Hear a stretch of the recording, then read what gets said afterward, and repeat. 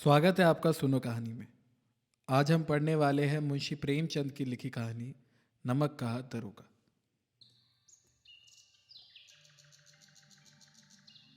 जब नमक का नया विभाग बना और ईश्वर प्रदत्त वस्तु के व्यवहार करने का निषेध हो गया तो लोग चोरी छिपे इसका व्यापार करने लगे। अनेक प्रकार के छल प्रपंचों का सूत्रपात हुआ। कोई घूस से काम निकालता था, कोई चालाकी से। अधिकारियों के पौ 12 थे। पटवारीगिरी का सर्व सम्मानित पद छोड़ छोड़कर लोग इस विभाग की बरकंदाजी करते थे। इसके दारोगा पद के लिए तो वकीलों का भी जी ललचाता था। ये वो समय था जब अंग्रेजी शिक्षा और ईसाई मत को लोग एक ही वस्तु समझते थे। फारसी का प्राबल्य था।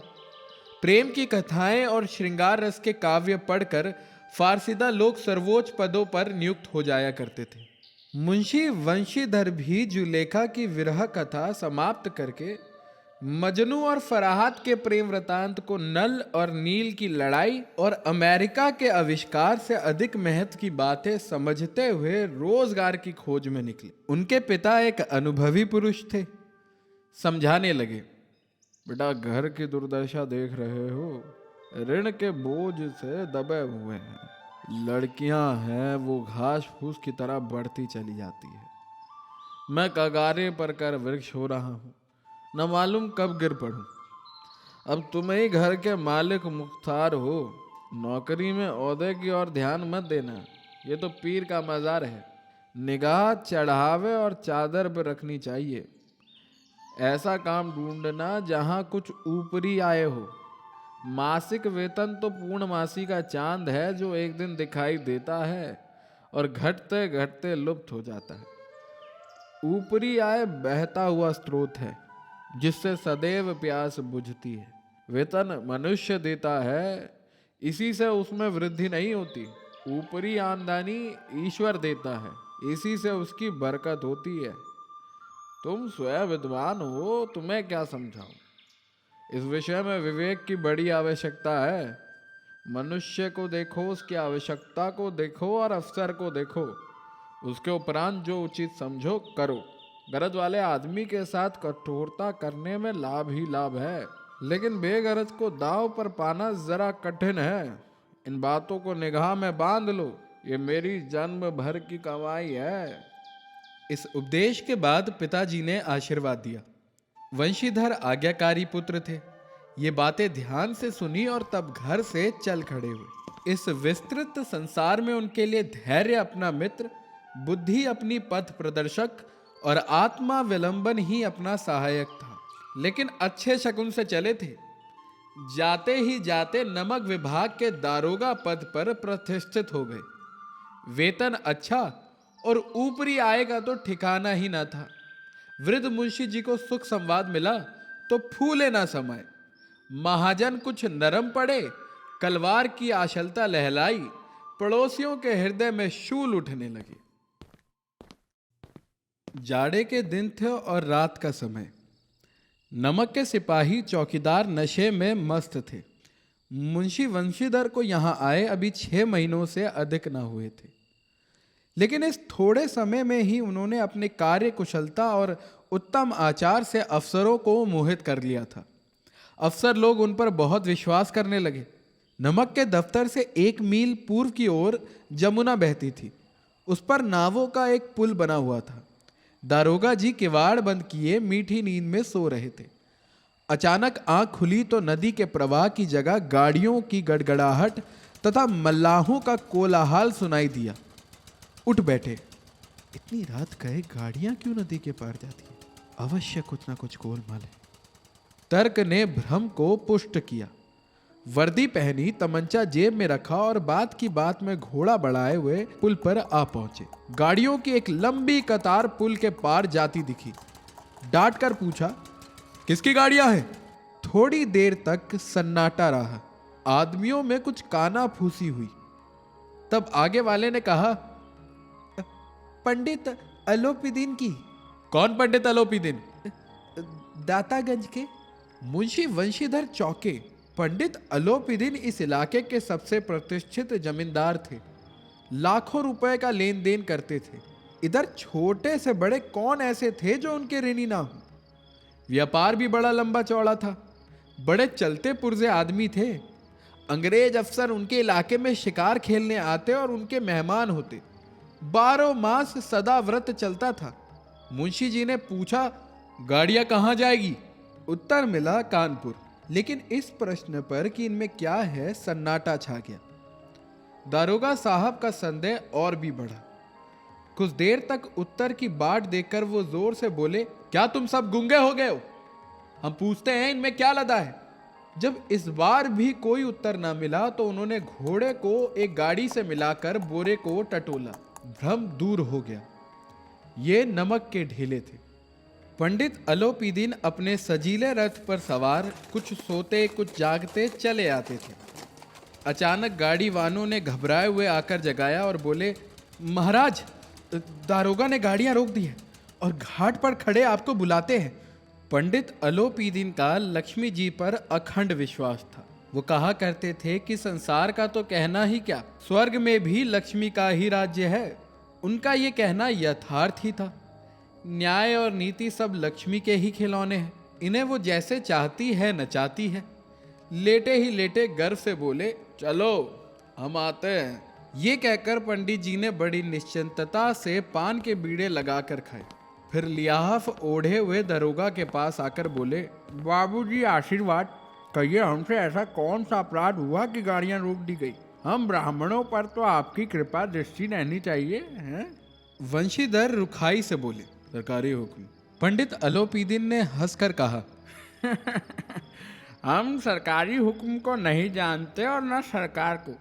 हमारे सरकार तो आप ही है। हमारा और आपका तो घर का मामला है। हम कभी आपसे बाहर हो सकते हैं? आपने व्यर्थ का कष्ट उठाया। ये हो नहीं सकता कि इधर से जाए और इस घाट के देवता को भेंट न चढ़ावे। मैं तो आपकी सेवा में स्वयं ही आ रहा था। वंशीधर पर ऐश्वर्य की मोहिनी वंशी का कुछ प्रभाव न पड़ा। ईमानदारी की नई उमंग थी। कड़क कर बोले, हम उन नमक हरामों में नहीं है जो कौड़ियों पर अपना ईमान बेचते फिरते। आप इस समय हिरासत में हैं। आपको कायदे के अनुसार चलना होगा। बस, मुझे अधिक बातों की फुर्सत नहीं है। जमादार बदलू सिंह, तुम इन्हें हिरासत में ले चलो, मैं हुक्म देता हूँ। पंडित अलोपीदीन स्तंभित हो गए। गाड़ी वानों में हलचल मच गई। पंडित जी के जीवन में कदाचित ये पहला ही अवसर था कि पंडित जी को ये ऐसी कठोर बातें सुननी पड़ी। बदलू सिंह आगे बढ़ा, किंतु रोब के मारे ये साहस न हुआ कि उनका हाथ पकड़ सके। पंडित जी ने धर्म को धन का ऐसा निरादर करते कभी न देखा था। विचार किया, ये अभी उद्दंड लड़का है, माया मोह के जाल में अभी नहीं पड़ा, अल्लड़ है, झिझकता है। बहुत दीन भाव से बोले, बाबू साहब ऐसा ना कीजिए, हम मिट जाएंगे, इज्जत धूल में मिल जाएगी। हमारा अपमान करने से आपके हाथ क्या आएगा? हम किसी तरह आपसे बाहर थोड़े ही हैं। वंशीधर ने कठोर स्वर में कहा, हम ऐसी बातें नहीं सुनना चाहते। अलोपीदीन ने जिस सहारे को चट्टान समझ रखा था वो पैरों के नीचे से खिसकता हुआ मालूम हुआ। स्वाभिमान और धन ऐश्वर्य को कड़ी चोट लगी, किंतु अभी तक धन की सांख्यिक शक्ति का पूरा भरोसा था। अपने मुख्तार से बोले, लाला जी 1000 के नोट बाबू साहब को भेंट करो, आप इस समय भूखे सिंह हो रहे हैं। वंशीधर ने गर्म होकर कहा, 1000 नहीं, 1,00,000 भी मुझे सच्चे मार्ग से नहीं हटा सकता। धर्म की इस बुद्धिहीन दृढ़ता और देव दुर्लभ त्याग पर मन बहुत झुंझलाया। अब दोनों शक्तियों में संग्राम होने लगा। धन ने उछल उछल कर आक्रमण करने शुरू किए। 1 से 5, 5 से 10, 10 से 15 और 15 से 20,000 तक नौबत पहुंची। किंतु धर्म अलौकिक वीरता के साथ इस बहुसंख्यक सेना के सम्मुख अकेला पर्वत की भांति अटल अविचलित खड़ा था। अलोपीदीन निराश होकर बोले, अब इससे अधिक मेरा साहस नहीं है, आगे आपको अधिकार है। वंशीधर ने अपने जमादार को ललकारा। बदलू सिंह मन में दारोगा जी को गालियां देता हुआ पंडित अलोपीदीन की ओर बढ़ा। पंडित घबराकर 2-3 कदम पीछे हट गए। अत्यंत दीनता से बोले, बाबू साहब, ईश्वर के लिए मुझ पर दया कीजिए। मैं 25,000 पर निपटारा करने को तैयार हूं। असंभव बात है। 30,000 पर? किसी तरह भी संभव नहीं। क्या 40,000 पर भी नहीं? 40,000 नहीं, 40 लाख पर भी असंभव है। बदलू सिंह, इस आदमी को अभी हिरासत में ले लो। अब मैं एक शब्द भी नहीं सुनना चाहता। धर्म ने धन को पैरों तले कुचल डाला। अलोपीदिन ने एक हिष्ट पुष्ट मनुष्य को हथकड़ियां लिए हुए अपनी तरफ आते देखा। चारों ओर निराश और कातर दृष्टि से देखने लगे। इसके बाद एकाएक मूर्छित होकर गिर पड़े। दुनिया सोती थी पर दुनिया की जीभ जागती थी। सवेरे देखिए तो बालक वृद्ध सबके मुंह से यही बात सुनाई देती थी। जिसे देखिए वो पंडित जी के इस व्यवहार पर टीका टिप्पणी कर रहा था। निंदा की बौछारें हो रही थी। मानो संसार से अब पापी का पाप कट गया। पानी को दूध के नाम से बेचने वाला ग्वाला, कल्पित रोजना मचे भरने वाले अधिकारी वर्ग, रेल में बिना टिकट सफर करने वाले बाबू लोग, जाली दस्तावेज बनाने वाले सेठ और साहूकार, ये सब के सब देवताओं की भांति गर्दनें चला रहे थे। जब दूसरे दिन पंडित अलोपीदीन अभियुक्त होकर कांस्टेबलों के साथ हाथों में हथकड़ियां, हृदय में गलानी और शोभ भरे लज्जा से गर्दन झुकाए अदालत की तरफ चले तो सारे शहर में हलचल मच गई। मेलों में कदाचित आंखें इतनी व्यग्र न होती होगी। भीड़ के मारे छत और दीवार में कोई भेद न रहा। किंतु अदालत में पहुंचने की देर थी। पंडित अलोपीदीन इस अगाध वन के सिंह थे। अधिकारी वर्ग उनके भक्त, अमले उनके सेवक, वकील मुख्तार उनके आज्ञापालक और अर्दली, चपरासी तथा चौकीदार तो उनके बिना माल के गुलाम थे। उन्हें देखते ही लोग चारों तरफ से दौड़े। सभी लोग विस्मित हो रहे थे।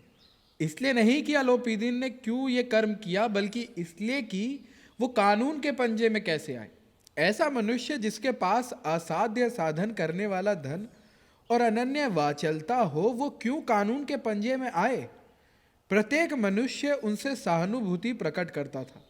बड़ी तत्परता से इस आक्रमण को रोकने के लिए निमित्त वकीलों की एक सेना तैयार की गई। न्याय के मैदान में धर्म और धन में युद्ध ठन गया। वंशीधर चुपचाप खड़े थे। उनके पास सत्य के सिवा न कोई बल था, न स्पष्ट भाषण के अतिरिक्त कोई शस्त्र।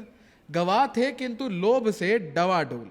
यहां तक कि मुंशी जी को न्याय भी अपनी ओर से कुछ खिंचा हुआ दिख पड़ता था। वो न्याय का दरबार था, परंतु उसके कर्मचारियों पर पक्षपात का नशा छाया हुआ था।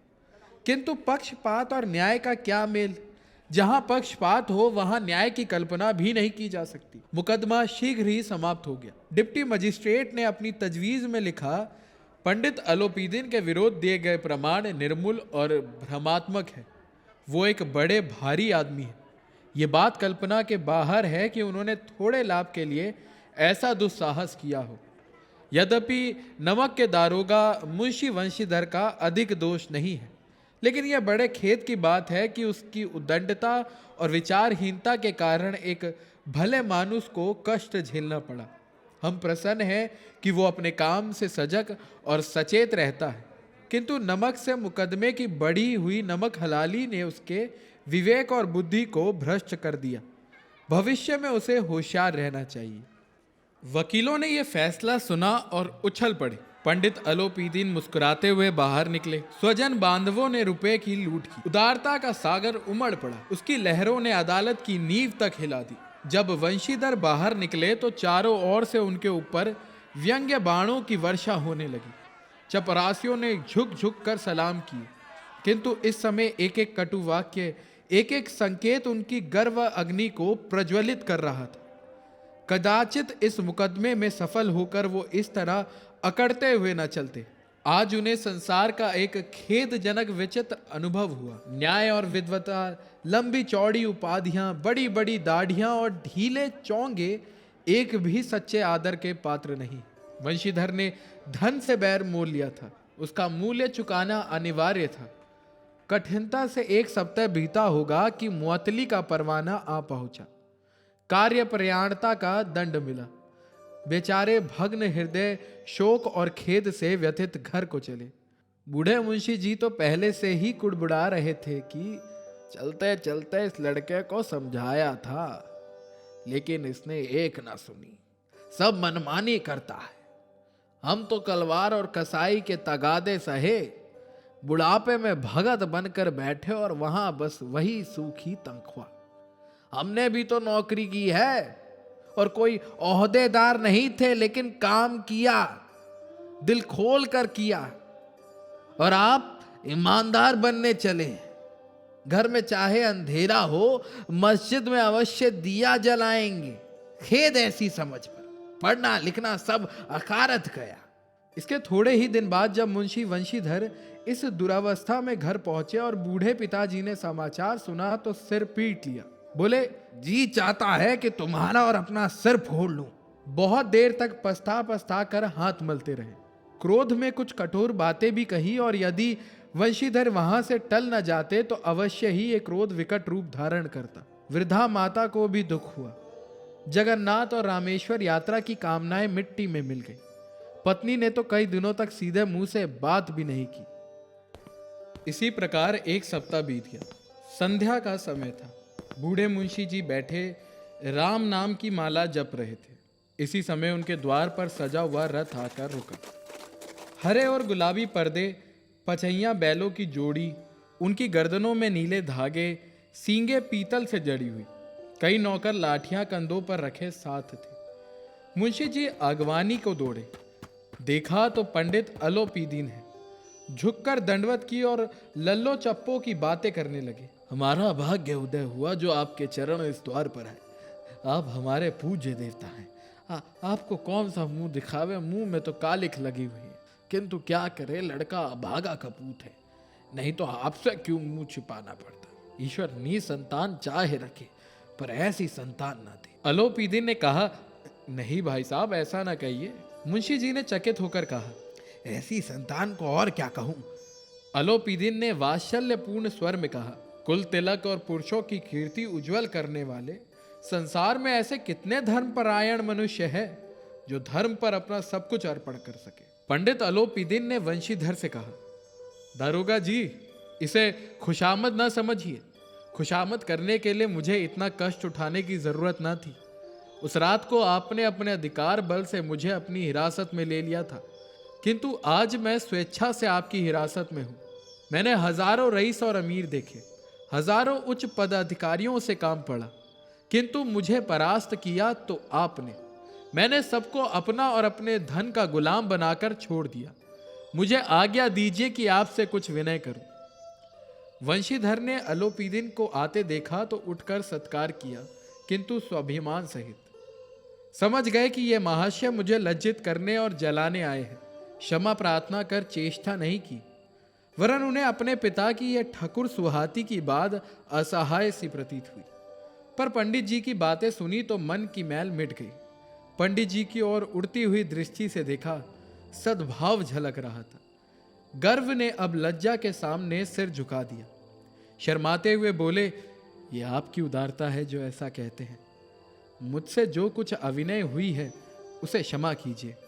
मैं धर्म की बेड़ी में जकड़ा हुआ था, नहीं तो वैसे मैं आपका दास हूं। जो आज्ञा होगी वो मेरे सिर माथे पर। अलोपीदीन ने विनीत भाव से कहा, नदी तट पर आपने मेरी प्रार्थना नहीं स्वीकार की थी, किंतु आज स्वीकार करनी पड़ेगी। वंशीधर बोले, मैं किस योग्य हूं, किंतु जो कुछ सेवा मुझसे हो सकती है उसमें त्रुटि ना होगी। अलोपीदीन ने एक स्टाम्प लगा हुआ पत्र निकाला और उसे वंशीधर के सामने रखकर बोले, इस पत्र को स्वीकार कीजिए और अपने हस्ताक्षर कर दीजिए। मैं ब्राह्मण हूं, जब तक ये सवाल पूरा ना कीजिएगा द्वार से ना हटूंगा। मुंशी वंशीधर ने उस कागज को पढ़ा तो कृतज्ञता से आंखों में आंसू भर आए। पंडित अलोपीदीन ने उनको अपनी सारी जायदाद का स्थायी मैनेजर नियत किया था। 6,000 वार्षिक वेतन के अतिरिक्त रोजाना खर्च अलग, सवारी के लिए घोड़े, रहने को बंगला, नौकर चाकर मुफ्त। कंती स्वर में बोले, पंडित जी, मुझसे इतना सामर्थ्य नहीं है कि आपकी उदारता की प्रशंसा कर सकूं, किंतु मैं ऐसे उच्च पद की योग्य नहीं हूं। अलोपीदीन हंसकर बोले, मुझे इस समय एक अयोग्य मनुष्य की ही जरूरत है। वंशीधर ने गंभीर भाव से कहा, यो मैं आपका दास हूं। आप जैसे कीर्तिवान सज्जन पुरुष की सेवा करना मेरे लिए सौभाग्य की बात है, किंतु मुझमें न विद्या है, न बुद्धि, न वो स्वभाव जो इन त्रुटियों की पूर्ति कर देता है। ऐसे महान कार्य के लिए एक बड़े मर्मज्ञ अनुभवी मनुष्य की जरूरत है। अलोपीदीन ने कलम दान से कलम निकाली और उसे वंशीधर के हाथ में देकर बोले, ना मुझे विद्वता की चाह है, ना अनुभव की, ना मर्मज्ञता की, ना कार्य कुशलता की। इन गुणों के महत्व का परिचय खूब पा चुका हूं। अब सौभाग्य और सुअवसर ने मुझे वो मोती दे दिया है जिसके सामने योग्यता और विद्वता की चमक फीकी पड़ जाती है। ये कलम लीजिए, अधिक सोच विचार ना कीजिए, दस्तखत कर दीजिए। परमात्मा से यही प्रार्थना है कि वो आपको सदैव वही नदी के किनारे वाला भूमरोवत उदंड कठोर परंतु धर्मनिष्ठ दरोगा बनाए रखे। वंशीधर की आंखें डबडबा आई। हृदय के संकुचित पात्र में इतना एहसान ना समा सका। एक बार फिर पंडित जी की ओर भक्ति और श्रद्धा की दृष्टि से देखा और कांपते हुए हाथ से मैनेजरी के कागज पर हस्ताक्षर कर दिए। अलोपीदिन ने प्रफुल्लित होकर उन्हें गले लगा लिया। आपको ये कहानी कैसी लगी हमें कमेंट में जरूर बताएं। और भी कहानी सुनने के लिए सुनते रहिए सुनो कहानी को।